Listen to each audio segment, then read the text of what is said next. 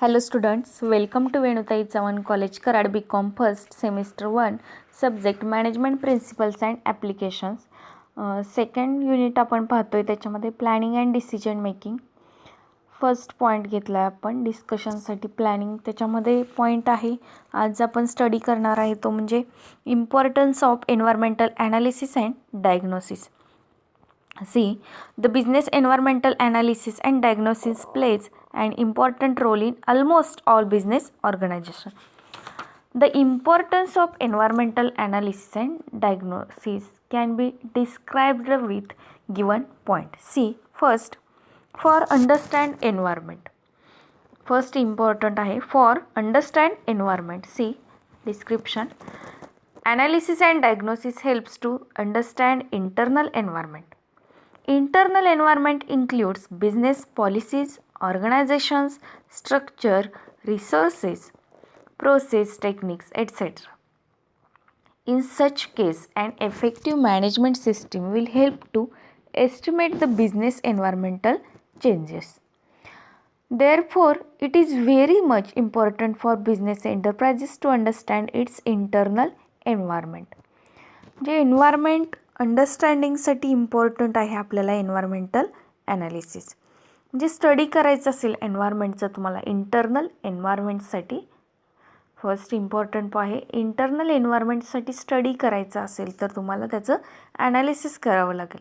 Analysis कशाचं करणार तर बिझनेसशी रिलेटेड जे काही फॅक्टर्स आहेत, पॉलिसीज, ऑर्गनायझेशन स्ट्रक्चर असेल, प्रोसेस टेक्निक्स असतील, याचं स्टडी करत असताना तुम्हाला या ॲनालिसिसचा फायदा होणार आहे किंवा इम्पॉर्टन्स आहेत या ठिकाणी. Second C, identify system. It helps to identify economic system. Important point आहे. इकॉनॉमिक सिस्टीम स्टडी करण्यासाठी ॲनालिसिससाठी आपल्याला एन्व्हायरमेंटल ॲनालिसिस इम्पॉर्टंट आहे. The different types of economic system can influences on business in different ways. म्हणजे economic system कशी आहे, आर्थिक पद्धत तुमची कॅल्क्युलेशनची कशी आहे, त्याचा इन्फ्लुएन्स म्हणजे प्रभाव बिझनेसवरती वेगवेगळ्या पद्धतीने होत असतो. It is quite required to enterprises to understand the role of capitalist, socialist and mixed economy for future plan.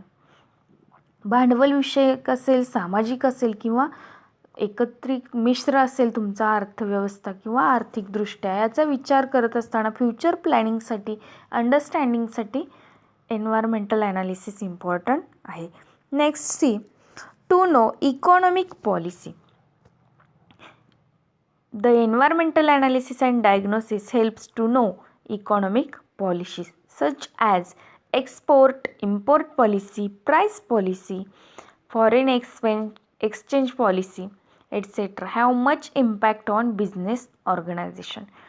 म्हणजे इकॉनॉमिक्स पॉलिसीमध्ये त्यांनी फॉर एक्झाम्पल दिलेले आहेत. इम्पोर्ट एक्सपोर्ट पॉलिसी असेल, प्राईस पॉलिसी असेल, म्हणजे विविध प्रकारची जी काही धोरणे आहेत गव्हर्मेंटची, गव्हर्मेंट पॉलिसीज आहेत, त्या स्टडी करण्यासाठी आणि त्याच्यानुसार बिझनेसमध्ये चेंजेस करण्यासाठी तुम्हाला एन्व्हायरमेंटल ॲनालिसिस स्टडी करण्याची गरज आहे.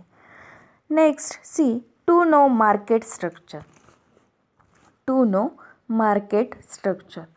It is essential to understand the knowledge about market structure.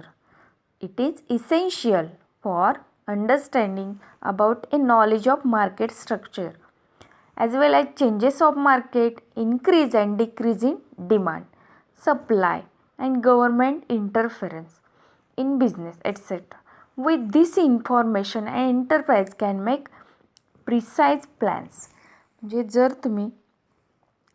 जर तुम्हाला मार्केट स्ट्रक्चरचं नॉलेज अगोदरच माहीत असेल तर तुम्ही मार्केट चेंजेस काय आहेत किंवा त्याच्यामध्ये इन्क्रीज होते डिमांडमध्ये का डिक्रीज होते ह्याच्यावरून तुम्ही काहीतरी एक अंदाज घेऊ शकता, एक बजेट तुम्ही प्लॅन करू शकता. का तर फ्युचर मार्केटिंगसाठी किंवा गव्हर्मेंटचे जे काही पॉलिसीज आहेत किंवा मक्तेदारी असेल एखाद्या ठिकाणी किंवा मागणी पुरवठ्यामध्ये होणारे चेंजेस असतील, याचा स्टडी जर तुम्हाला अगोदरच असेल तर तुम्हाला एन्व्हायरमेंटल ॲनालिसिसची मदत होते किंवा त्या स्टडीसाठी एन्व्हायरमेंटल ॲनालिसिस इम्पॉर्टंट आहे.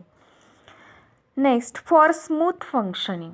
Environmental factors are impact makers on corporate strategy of organisation.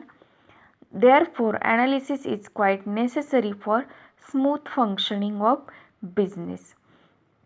म्हणजे बिझनेस वर्किंग जे आहे त्याचं स्मूथ फंक्शनिंग झालं पाहिजे, त्याच्यासाठी हे ॲनालिसिस नेसेसरी आहे. Next, for opportunities. For study of opportunities or research about a opportunity. Analysis is helpful to identify opportunities and helps to make plans for alternative responses to those opportunities. Opportunity identify करता आल्या पाहिजेत, त्याच्यासाठी तुम्हाला analysis helpful ठरणार आहे. त्याचबरोबर alternative responses to those opportunities, म्हणजे तुम्ही ज्या काही प्लॅन्स करणार आहे ते प्लॅनिंग करत असताना अगोदर तुम्हाला ऑपॉर्च्युनिटीज मार्केटमध्ये आहेत का, व्हॅल्यू आहे का त्या प्रोडक्शनला, याचं स्टडी करणे गरजेचं आहे किंवा ऑपॉर्च्युनिटीज सर्च केल्या पाहिजेत. Next, for identified challenges. It identifying challenges and developing an early warning system or determine the risk which can be faced by organization in its future operation. म्हणजे फ्युचरसाठी प्लॅन करत असताना ऑर्गनायझेशनसाठी तुम्हाला आयडेंटिफाय केलं पाहिजे काय तर चॅलेंजेस काय आहेत about related development of business. म्हणजे चॅलेंजेस काय, आव्हाने काय आहेत तुमच्या बिझनेसला, आणि ते तुम्ही आव्हाने पेलण्याची क्षमता तुमच्यावर कॅपॅसिटी आहे का, कॅपेबल आहे का आपला बिझनेस, किंवा त्याच्यामध्ये चेंजेसची गरज आहे का, हे स्टडी करण्याची गरज आहे. Next, for adjustments. For adjustments, it helps to identify those adjustments which are required for greater achievement of organizational objectives. म्हणजे तुम्हाला जर तुमच्या ऑर्गनायझेशनच्या पॉलिसीज असतील किंवा ऑब्जेक्टिव्ह आहेत, तिथंपर्यंत पोहोचायचं आहे, अचिव्हमेंट करायची आहे, काहीतरी गोल आहे तुमच्यासमोर, त्या अचिव्हमेंटपर्यंत पोहोचण्यासाठी तुम्हाला एन्व्हायरमेंटल ॲनालिसिसची गरज आहे, किंवा तुमच्या पुढे जे काही ऑब्जेक्टिव्ह आहेत त्याच्यामध्ये काही चेंजेस करायची, ॲडजस्टमेंटची गरज आहे का, याचं स्टडी करण्यासाठी एन्व्हायरमेंटल ॲनालिसिस अँड डायग्नोसिसचं इम्पॉर्टन्स आहे. Next, for development.